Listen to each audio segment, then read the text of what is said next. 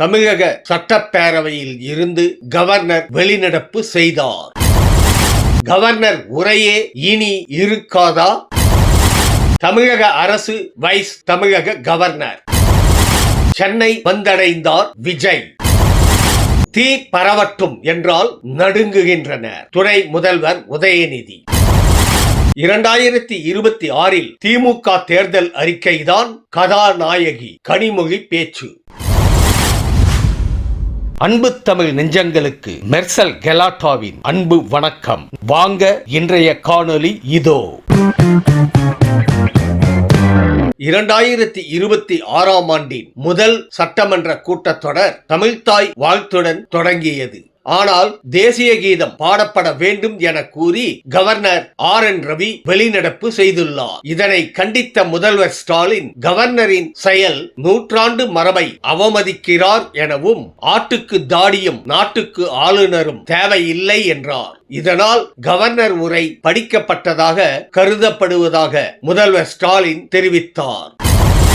சட்டப்பேரவையில் இருந்து 3வது ஆண்டாக கவர்னர் வெளியேறியது பரபரப்பை கிளப்பியுள்ளது. இந்த நிலையில் ஆண்டின் தொடக்கத்தில் கவர்னர் உரை வாசிப்பு என்ற நடைமுறையை நீக்க அரசியலமைப்பு சட்டத்தில் திருத்தம் செய்ய முயற்சிக்கப்படும் என முதல்வர் ஸ்டாலின் அறிவித்துள்ளார். இந்தியா முழுவதும் இது அமலுக்கு வர நடவடிக்கை எடுக்கப்படும் எனவும் கூறியுள்ளார். இதற்கு அவையினர் மறுப்பு தெரிவிக்கவில்லை என்பது குறிப்பிடத்தக்கது.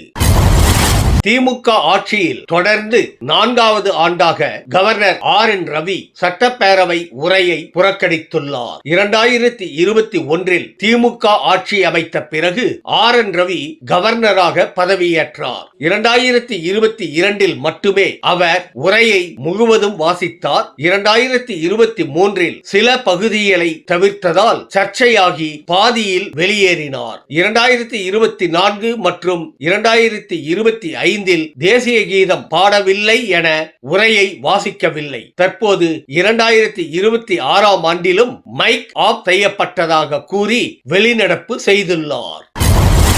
2வது முறையாக CBI விசாரணைக்கு ஆஜராக டெல்லி சென்ற தவேக தலைவர் விஜய் நள்ளிரவில் சென்னை திரும்பியுள்ளார். கரூர் கூட்ட நெரிசல் மரணம் தொடர்பாக CBI அனுப்பிய சம்மனுக்கு நேரில் ஆஜராகி அவர்களது கேள்விகளுக்கான விளக்கங்களை அளித்துள்ளார் விஜய். விசாரணை முடிவடைந்ததை அடுத்து டெல்லியிலிருந்து தனி விமானம் மூலம் புறப்பட்டு சென்னை வந்தடைந்தார். அவருடன் தவேக நிர்வாகிகளான நிர்மல் குமார் உள்ளிட்டோரும் வந்தடைந்தனர்.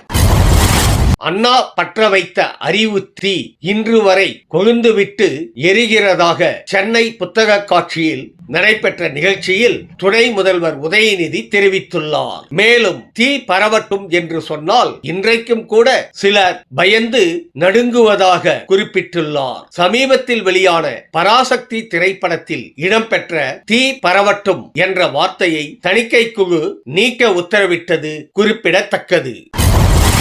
அதிமுக ஆட்சியில் கிடப்பில் போட்ட அதே திட்டத்தை தான் EPS மீண்டும் அறிவித்துள்ளதாக கனிமொழி விமர்சித்துள்ளார். ஓசூரில் பேசிய அவர் பெண்களுக்கு அதிகாரம் வழங்கும் நோக்கில் மகளிர் உரிமை தொகை என முதல்வர் ஸ்டாலின் அறிவித்தார். ஆனால் குலவிலக்கு என்பது பெண்களை எங்கே கொண்டு போய் நிறுத்தும் என யோசித்து பாருங்கள் என்றும் 2026 திமுகவின் தேர்தல் அறிக்கை கதாநாயகியாக இருக்கலாம் எனவும் அவர் தெரிவித்துள்ளார்.